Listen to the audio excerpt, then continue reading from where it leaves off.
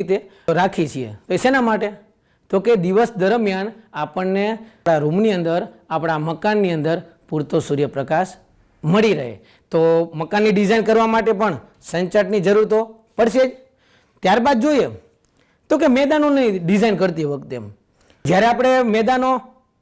છે ખુલ્લો ભાગ બરોબર તો એ મેદાનની અંદર જે ખુલ્લો ભાગ હશે તો એની ફરતી તો બિલ્ડિંગ હશે જ,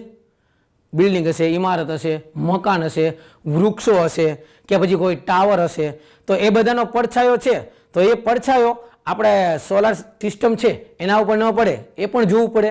કારણ કે મેદાન હશે મેદાનની તો અમુક સીમિત હશે મેદાનની ફરતે તો કંઈક ને કંઈક દિવાલ કે કંઈક ને કંઈક તો હશે જ તો ત્યાં પણ આપણને કહેવાય ને કે છાયા ઓળખ માટે સંચાટની ઉપયોગિતા દેખાય છે। ત્યારબાદ આપણે જોઈએ કે સોલારના અન્ય પ્રોજેક્ટ પણ છે બરાબર તો દાખલા તરીકે આપણે જોઈએ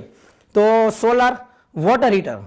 એમાં પણ આપણને ધ્યાનમાં છે કે જે કાચની એ ટ્યુબ દ્વારા આ જે પાણીને રેડિયેશન દ્વારા ગરમ કરીને સોલાર વોટર હીટર આપણને ગરમ પાણી